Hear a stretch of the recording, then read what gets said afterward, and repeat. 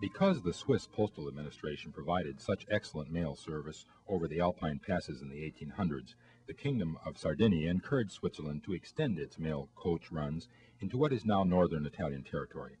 Subsequently, Sardinia permitted Switzerland to establish federal postal agency offices in 38 Italian border towns for various lengths of time between 1849 and generally World War I. In a similar manner, France and Austria allowed Switzerland to open offices and horse relay stations in a few of their border towns within this same period.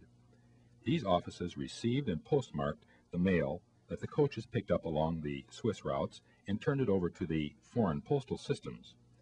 As a result, Swiss stamps exist with postmarks containing the names of Italian, French, and Austrian towns. The upside-down standing Helvetia stamp has been postmarked at Isella in Italy, and the cross and numeral stamp at Moret du Jour in France. In 1900, Switzerland issued its first commemorative stamps, this set of 3 showing Helvetia with symbols of communication. The occasion was the 25th anniversary of the Universal Postal Union, founded in the Swiss capital of Bern in 1874. Because the Federal Council ordered the Postal Department to issue the stamps almost at the last minute, there was insufficient time to prepare the engraved plates properly. The result was many printing plate flaws. Researchers have identified more than 1,000. In 1901, the Swiss Postal Administration held a public competition to choose a new design for its regular stamps. According to existing records, at least 51 essays were considered, but no first prize was awarded. The 6 entries shown here won prize money, and 15 others received honorable mention. The designs were mostly overcrowded and banal, and none was ever used on an issued stamp.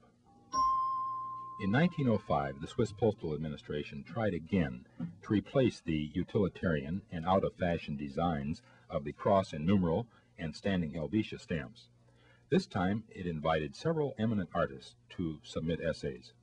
The result was adoption of another 2-design issue in 1907 showing William Tell's son Walter with a crossbow on the lower denominations and a bust of Helvetia on the higher denominations. On top are the 1907 designs, and below are improved designs that appeared 2 years later. In 1907, the Swiss Postal Administration also announced that it would print stamps on commercial envelopes, postcards, pamphlets, and wrappers submitted by firms for use in business correspondence. As a result of faulty interpretation of this edict, A. Coker & Son, a confectionery and novelty firm, received approval 2 years later for the printing of the Tell Boy and Helvetia bust designs on different colored gummed labels it had prepared with an advertising border. This cover shows a pair of Coker stamps used on a company business envelope imprinted with a picture of one of its stores. As a result of public protests over this commercial use of the country's stamps, the Postal Administration never again printed any with advertisements. Switzerland issued bicolored stamps in 1908 in a series known as Helvetia with Sword, or Helvetia on the Rock. This example is the high-value 3-franc stamp in bistre and yellow. Some of these stamps were also the first to receive grilled gum. To prevent curling of the gum stamps, the printers applied a grill to the paper after gumming it. This grilling is visible across the entire back of a stamp, even after the gum is removed. In 1914, the Swiss Postal Administration modified one of the non-winning designs from the 1901 public competition and used it for the widely recognized William Tell series of stamps printed on tinted paper. William Tell is, of course, the folk hero who shot an apple off his son's head with a crossbow rather than bow to the hat that the tyrannical Austrian bailiff Gessler had placed on top of a pole. Tell's legendary feat is a famous example of the courage and determination that the independent Swiss have displayed for centuries. During World War I, when Swiss forces were guarding the borders of their neutral country, an artist serving in one of the battalions designed 2 labels as souvenirs for the men. The idea spread quickly to other military units, which sold the labels to their members and civilians to raise money for unit welfare funds. Many soldiers used the labels on their mail, even though they served no postal purpose, since the Postal Administration allowed soldiers on duty to send mail without postage. The Postal Administration required only a military posting mark to identify this mail for free delivery. On all three of these examples, a circular field postmark ties the superfluous soldier stamp to the cover. By the end of World War I, almost 400 Swiss soldier stamps existed. By mutual agreement in 1921, the Liechtenstein Post Office became part of the Swiss Postal Administration. Because Liechtenstein had on hand only small denomination stamps in its new currency, Switzerland delivered some of its higher denomination Tell Boy, Helvetia Bust, Helvetia with Sword, and William Tell stamps for sale in 6 Liechtenstein towns. Swiss stamps and postal stationery were valid for use in Liechtenstein from February through September that year. This cover, mailed on March 22nd, bears a mixed franking of a 15-rappen Liechtenstein coat of arms stamp and a 25-centime Swiss Helvetia with Sword stamp. Swiss postage due stamps were valid in Liechtenstein until 1928, and Swiss airmail stamps until 1930. Occasionally, Switzerland has issued souvenir sheets, usually to commemorate a philatelic event or raise funds for a national purpose. The first souvenir sheet appeared in 1934 to publicize the National Philatelic Exhibition known as NABA. This NABA sheet contains a block of 4 stamps from a typographed series of 7 small landscapes issued that same year as definitive stamps for regular use. These stamps are noteworthy because for the first time, each denomination in a Swiss definitive series bears a different design.